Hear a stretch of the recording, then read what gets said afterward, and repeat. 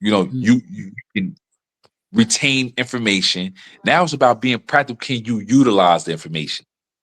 Can you? So that started my growth as well. Reading, then doing, right, and rinsing and repeating.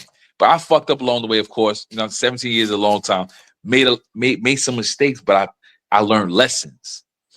I learned a lot of lessons, and it helped me definitely become a man.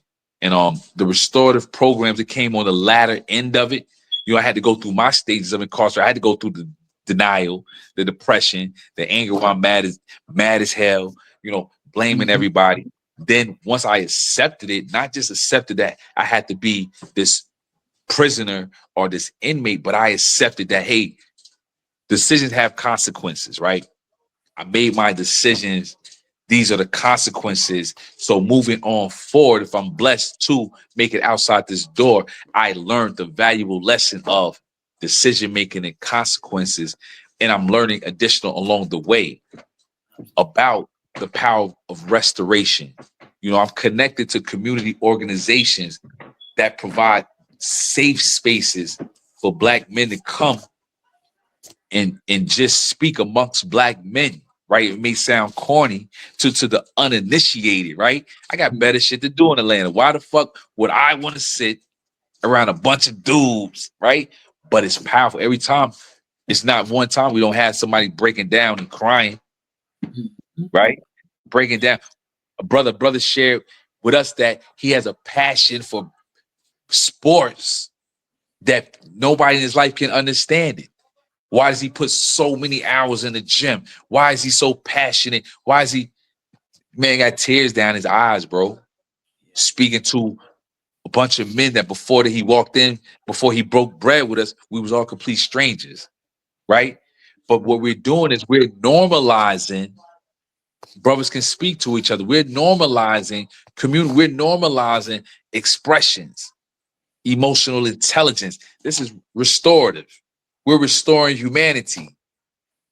So that's what it's about on a bigger, deeper scale than restorative justice. But the restorative justice, once again, is just the middle ground. We talk about restoring men. We talk about restoring women. We talk about restoring relationships. We talk about restoring communities. We want people to be mindful of their actions. That yes, a man, we can be mad as hell. We can be angry. We can be lonely. We can have all these feelings, but it doesn't give us the right or the authority to put our shit on somebody else. I've been guilty of it. I've been guilty of it, losing control of my emotions because I felt I may have felt disrespected. I may have felt slighted and I fly off the cuff. But we have to have that mechanism in us to be able to call ourselves out. I was wrong. To whoever we offended, acknowledge we were wrong with sincerity in our attempt to restore that relationship. That's restorative. So restorative practices can be used in all aspects of life, not just about prison programs, not just the brother. I was having a conversation with a brother 2 days ago. He told me restorative practices saved his marriage. We walking up and down, we walking the streets, brother. This man we could have been talking about anything, bro. Beautiful day in Atlanta, right? This man is talking about how restorative practices saved his marriage, right? So this thing is deep, it's ancient.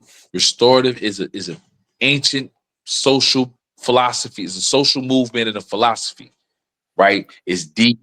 You have people that, and I'm not no way near an expert on restorative practices, the principles. I'm learning, right? I'm a student of life. I'm perpetually learning, but I'm fierce. I'm a fierce advocate of, erasing that stigma and making formerly incarcerated people, be viewed as first persons first, human first, not just perpetually judged by that scarlet letter by our worst decision making.